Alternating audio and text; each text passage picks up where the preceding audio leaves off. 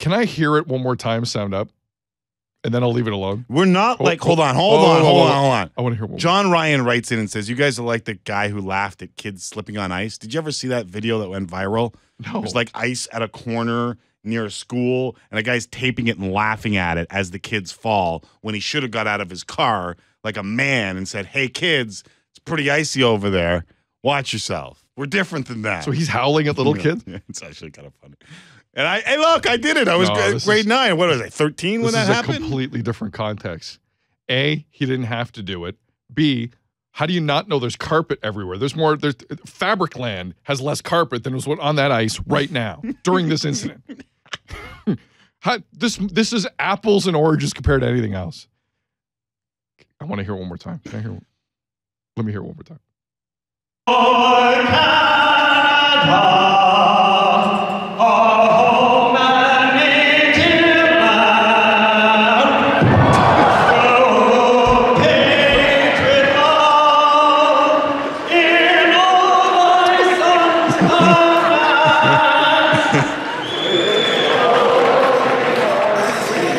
I'm sorry, it gets funnier every time I see it.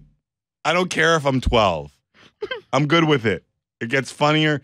I'll laugh at those things every day. But who's thinking about the kids about to play a hockey game? How do you play a hockey game when something that hilarious just happens like that? And the visitors had their backs turned because the flags did this. They missed it. Yeah. The visiting team missed the entire thing. Right. Those poor kids. No, they heard something. Oh, they heard something. They missed heard the microphone hit the and think about it. You don't have knee pads. You don't have shin pads. Oh, it's bad. You don't have elbow pads on. When you land with a mic in your hand, that hurts. He's on a war tour with the mic in his hand. Okay, the lesson we've learned this weekend. What is the lesson? Here's the lesson. Don't sing and skate. If you sing and skate, things are going to happen, and I can't help you. That's the lesson. Yeah, that's the lesson. And you can laugh at pretty much anyone's expense. No, that's not true. That's taken a bit far. Let me rephrase it.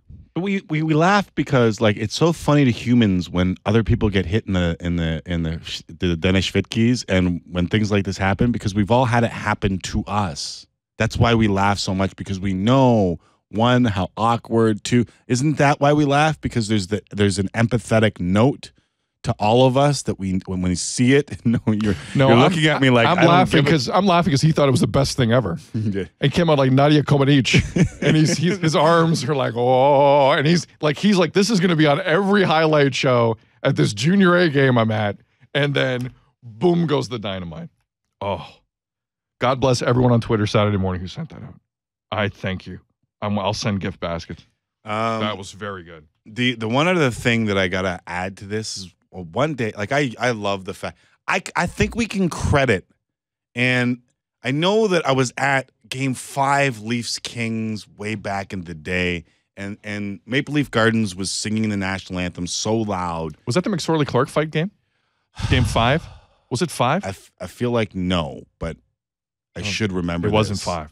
Yeah, I know it wasn't 7, but I was trying to think it was 5. I don't think it was 5, but what I remember distinctly about being at that game is that the fans, and even though the rest of Canada thinks that Toronto isn't patriotic or wants to somehow be part of the United States of America, where they're completely and utterly wrong. Well, that's just silly. Yeah, it's completely and utterly wrong. But that was the first time I'd ever heard or seen an anthem singer just stop because it was so loud in the building. They stopped. But I think Mark Donnelly invented that. Like I think he invented I'm going to hold up the mic. Is that his thing? Yeah, like I think he is the inventor of. Which is a very cool thing. Oh yeah, he gets credit for that. And I remember being in BC, and I remember talking about it with someone who was from there, and they related a story to me about Donnelly about going to his kids' games and singing the national anthem at the games, and people love it.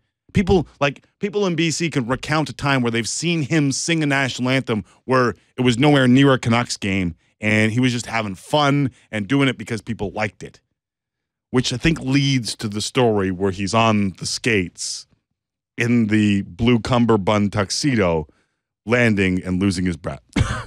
I think some D-bag in Penticton purposely didn't tell him about the carpet. How does he not know about the carpet? How does he not know there's carpet at center ice and there's a lot of it? And you're on skates. Yeah. So ease up. Mark, let's map this out a little bit here. The idea is fine. Do not cut through center ice. There was carpet everywhere. You will fall. Someone's recording this. Someone failed Mark Donnelly. That's the real tragedy here. Somebody in that junior A organization failed that man, and now we're laughing at him. So it's not our fault.